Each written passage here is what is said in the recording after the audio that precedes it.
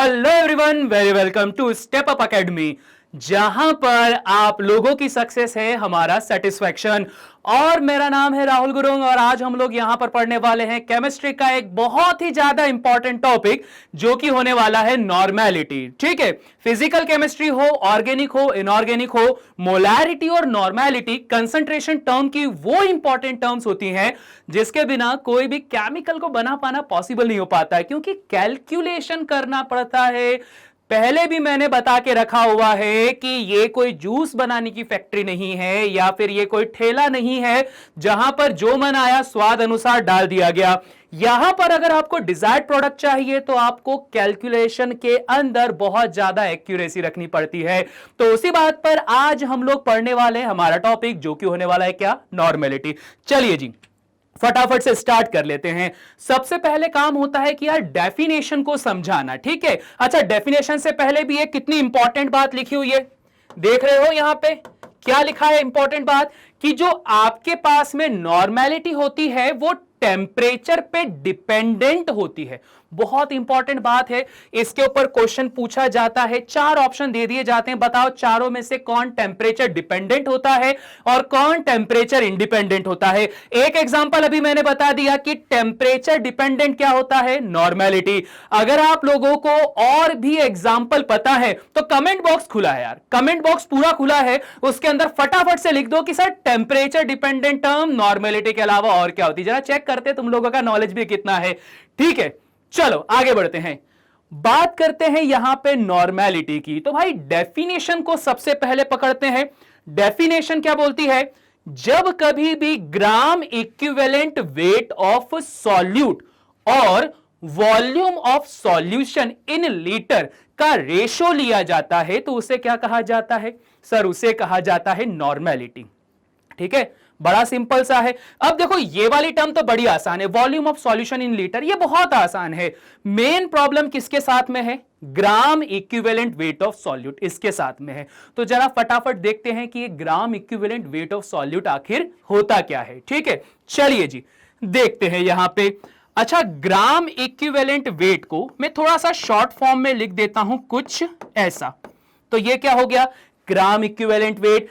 अब इसका अगर मैं फॉर्मूले की बात करता हूं तो ये फॉर्मूला मेरे पास होता है गिवन मास अपॉन में इक्विवेलेंट वेट। ध्यान रखना क्या होता है गिवन मास अपॉन में इक्विवेलेंट वेट। गिवन मास की जब कभी बात करता हूं, मैं पहले ही बोल चुका हूं कि बुक में बहुत सारी डेफिनेशन लिखी होती है इस मास के ऊपर। मैं सीधी सीधी बात ये करता हूं कि यार कोई भी केमिकल एक्सपेरिमेंट कर रहे हो तो उसमें सामने से आपको कुछ अमाउंट का केमिकल मिलेगा, जितना भी मिलेगा वो क्या हो गया, गिवन मास। ग्राम्स में मिले, 1 ग्राम मिले, आधा ग्राम मिले, 10 ग्राम मिले, 1000 ग्राम मिले, जो भी मिलता है वो सारा क्या है, गिवन मास। तो ये क्या हो गया, गिवन मास अपॉन में क्या हो गया, इक्विवेलेंट वेट। अब बोलोगे अरे यार सर यहां पर अभी तो एक टर्म हमने सॉल्व करी थी ग्राम इक्विवेलेंट वेट, अब एक नई टर्म और आ गई इक्विवेलेंट वेट। तो टेंशन नहीं लेना, बड़े आसान है। चलो इस टर्म को भी फटाफट समझ लेते हैं कि यहां जैसे ही मैं बात करता हूं इक्विवेलेंट वेट की, तो ये होता क्या है, बड़ा आसान है। इक्विवेलेंट वेट होता है मोलर मास अपॉन में एन फैक्टर। ठीक है, बहुत आसान, मोलर मास अपॉन में एन फैक्टर। मोलर मास निकालना आप लोगों को पहले भी मैंने सिखा के रखा है। क्या सिखाया था? सपोज आपके पास में यहां पर रखा है 1 मोल्स ऑफ HCl। ठीक है, क्या रखा है, 1 मोल्स ऑफ HCl। ध्यान रखना पहले भी मैंने समझाया, एक मॉलिक्यूल का मास नहीं निकालना है, किसका मास निकालना है, 1 mole of HCl।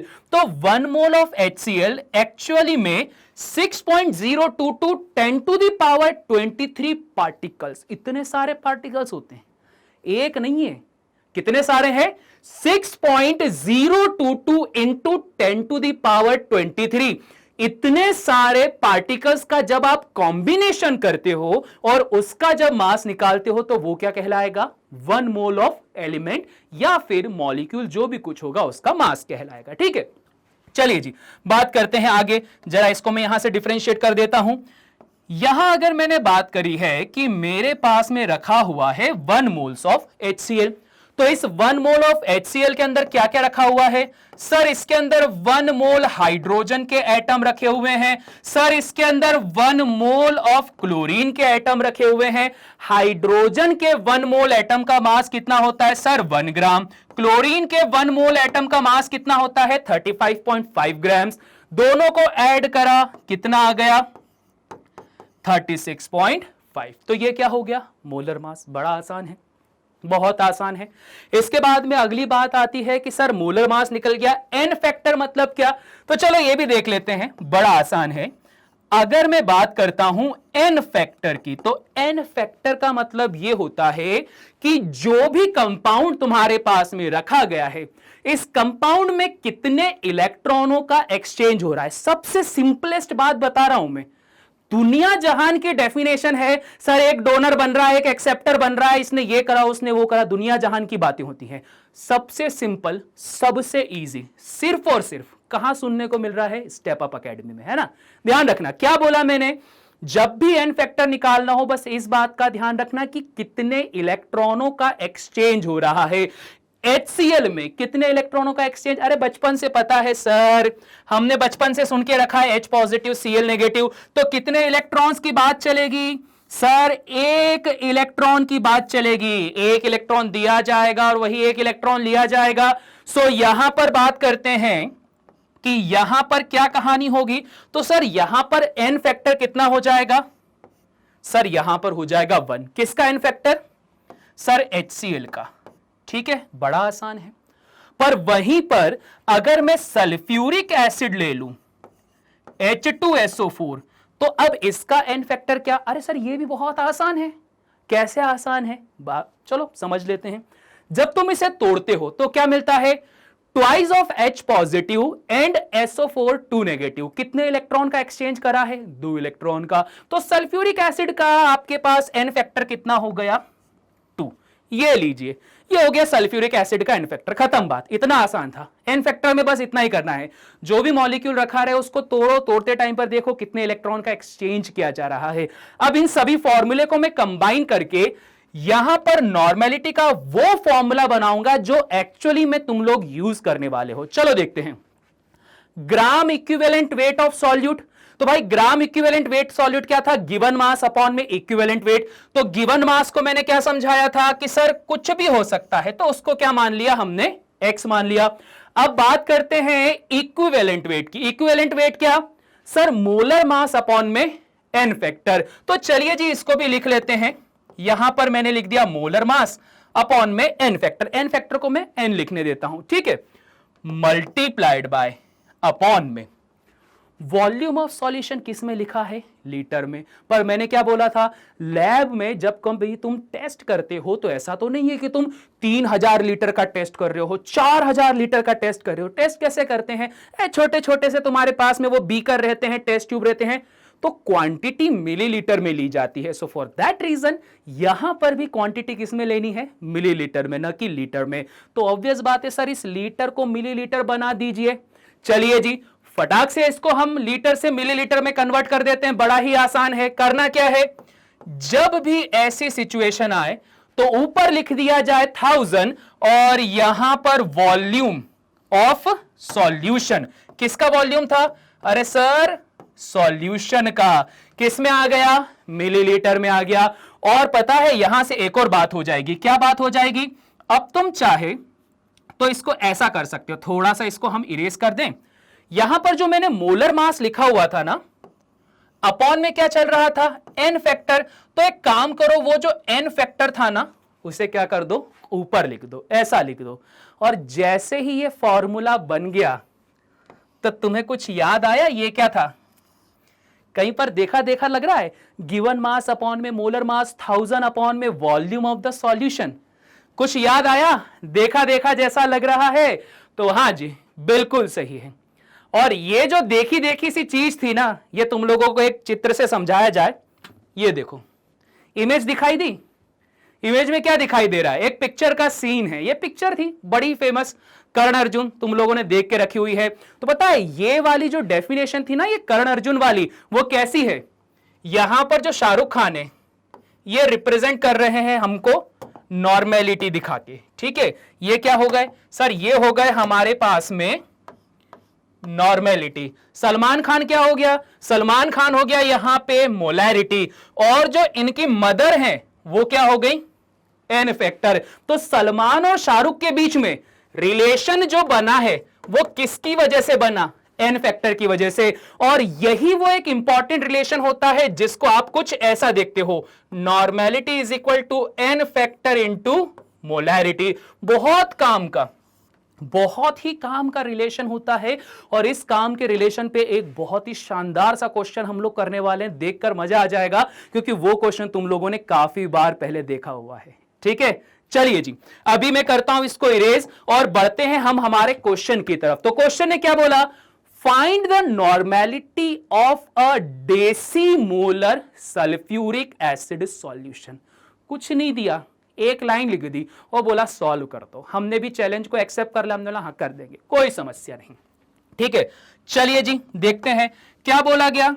Sir normality को फाइंड आउट करना है, ठीक है हम लोग कर देंगे। फिर बोला गया यहां पे कि हमारे पास जो सॉल्यूशन है उसका अमाउंट क्या है? डेसीमोलर। ठीक है, ये डेसीमोलर नहीं है, ये क्या है? ये है आपके पास में डेसी मोलर। अब डेसी मतलब क्या? याद है हमने पढ़ के रखा है, डेसी सेंटी मिली माइक्रो। वो छोटी छोटी क्वांटिटी होती है ना, वो वाली डेसी सेंटी मिली माइक्रो। तो डेसी मतलब क्या? डेसी का मतलब होता है 10 टू द पावर -1।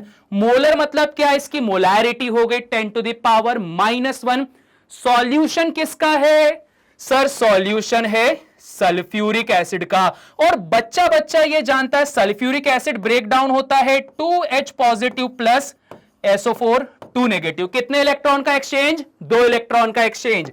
तो एन फैक्टर कितना निकल कर आया? 2 निकल कर आया। क्या सॉल्व करना है? नॉर्मेलिटी। कौन सा फॉर्मूला लगाऊंगा? रिलेशन वाला, जहां पर नॉर्मेलिटी इक्वल होती है एन फैक्टर इंटू मोलैरिटी की। सॉल्व कर दें, कितना आसान हो गया। एन फैक्टर कितना है? 2, मोलैरिटी कितना है? 10 टू द पावर -1। ये लो, निकल गई नॉर्मेलिटी। कितना आसान सा क्वेश्चन था, कुछ नहीं करना था। रिलेशन पता है, टर्म्स पता है, किसे क्या कहा जाता है, तो ये क्वेश्चन बहुत आसान हो जाएगा। ठीक है, हुआ कि नहीं हुआ? आसान हुआ क्वेश्चन? आसान हुआ? आसान हुआ तो फटाफट से कमेंट बॉक्स में लिख दो, हाँ सर बढ़िया से आसान हो गया, हमें पता चल गया कि कितना आसान होता है नॉर्मेलिटी का कॉन्सेप्ट। ठीक है जी, क्लियर हो गई बात। और अगर ये बात क्लियर हो गई तो ध्यान रखिए, जैसा कि आप लोगों को बताया जाता है कि स्टेप अप एकेडमी के अंदर आपको सारा क्वांटिटी जो मिलेगा एजुकेशन का वो मिलेगा फ्री। और इसके अलावा भी आप चाहो तो एक्सेस कर सकते हो हमारी ऐप को, जहां पर आप देख रहे हो बढ़िया सा एनिमेशन चल रहा है, बहुत सारी चीजें यहां पर हम लोगों ने इन्वॉल्व करके रखी हुई है। आप खुद समझदार हो, एक्सप्लोर करोगे सब कुछ आपको पता चल जाएगा। ठीक है, कमेंट बॉक्स ओपन है, जो जो आपको यहां पर क्वेरीज आ रही हैं, जो जो पढ़ना है कमेंट बॉक्स में बस कमेंट ड्रॉप कर दो, हम है ना यहां पर बताने के लिए।